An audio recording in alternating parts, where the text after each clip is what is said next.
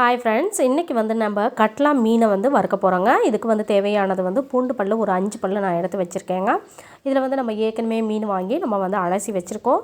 இதில் வந்து சோம்பு வந்து 1.5 ஸ்பூன் அளவுக்கும், ஜீரகம் வந்து 1.5 ஸ்பூன் அளவுக்கும் நம்ம வந்து எடுத்து, மிளகு இது எல்லாத்தையும் சேர்த்து நல்லா தண்ணி கொஞ்சம் ஊற்றி நம்ம வந்து கொரன்னு அரைச்சி எடுத்துக்கலாங்க.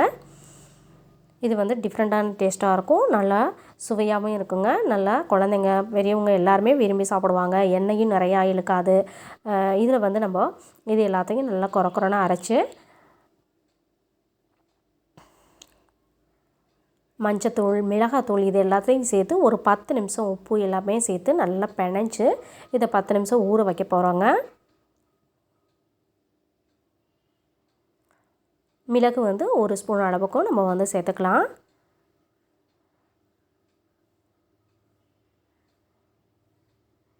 இது ஏற்கனவே வந்து நம்ம மீன் வந்து வாங்கி நல்ல பெரிய மீன் கட் பண்ணி வச்சுருக்கோம். இந்த கொரன்னு அரைச்சி வச்சுருக்கதை இதை வந்து சேர்த்துட்டு, மஞ்சத்தூள் வந்து ஒரு 1/2 ஸ்பூன் அளவுக்கும், மிளகாத்தூள் வந்து 1 ஸ்பூன் அளவுக்கும், நம்ம வந்து நல்லா பெரிய ஸ்பூன் அளவுக்கு நல்லா காரமாக இருந்தால் தான் நல்லா டேஸ்ட்டாக இருக்கும். மிளகாத்தூள் வந்து 1 ஸ்பூன் அளவுக்கு நம்ம வந்து சேர்த்துக்கலாம். சேர்த்துட்டு இது எல்லாத்தையும் நல்லா தண்ணி ஊற்றாமல் ஏற்கனவே மீனில் இருக்கக்கூடிய தண்ணியும் இந்த அரைச்சதில் இருக்கக்கூடிய தண்ணியை வச்சுமே நம்ம வந்து நல்லா மிக்ஸ் பண்ணிக்கலாங்க. உப்பு வந்து தேவையானது போட்டு நல்லா இது பிணைஞ்சி ஒரு 10 நிமிஷம் நம்ம வந்து ஊற வச்சுக்கணுங்க.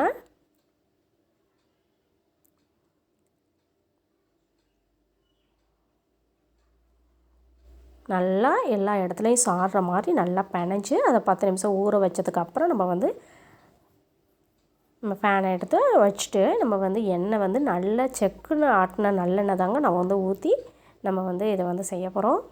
நல்லா டிஃப்ரெண்ட்டான டேஸ்ட்டாக இருக்கும். உங்கள்கிட்ட நம்ம கொஞ்சம் ஆயில் இருந்தாலும் நம்ம வந்து சேர்த்துக்கலாம். இது வந்து செக்குன்னு ஆட்டின நல்லெண்ணெய். இதை வந்து சேர்த்து நம்ம வந்து ஒன்று ஒன்றா எடுத்து நம்ம வந்து ஒரு 10 நிமிஷம் சிம்லேயே வச்சு நல்லா வேக வைக்கணுங்க. ஏன்னா பெரிய பீஸாக இருக்கிறதுனால சிம்லேயே வச்சு வேக வைக்கணும். கொஞ்சம் கரைகிற மாதிரி வந்துடும். அதுக்காக தான் நம்ம வந்து சிம்மிலே வச்சு எல்லா இடத்துலையும் நல்லா வெந்ததுக்கப்புறம் நம்ம வந்து திருப்பி வைக்கணும். இந்த வீடியோ உங்களுக்கு பிடிச்சிருந்ததுன்னா லைக் பண்ணுங்கள், சப்ஸ்கிரைப் பண்ணுங்கள், ஃப்ரெண்ட்ஸுங்களுக்கு ஷேர் பண்ணுங்கள்.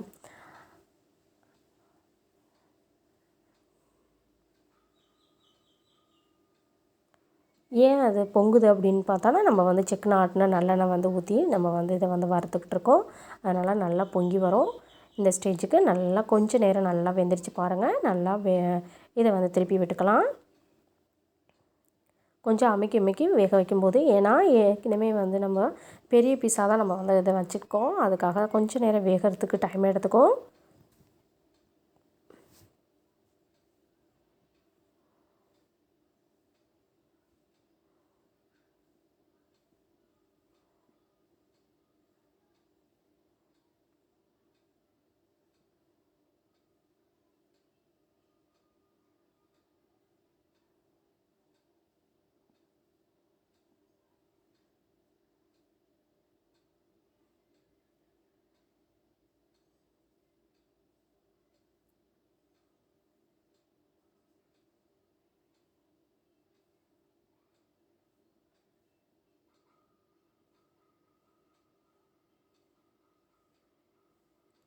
போதும், வெந்துருச்சு, எடுத்துக்கலாம்.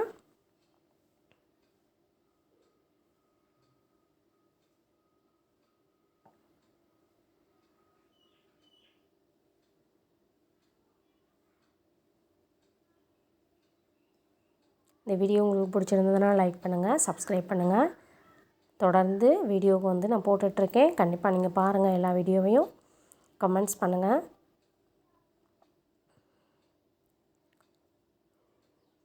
Thank you friends.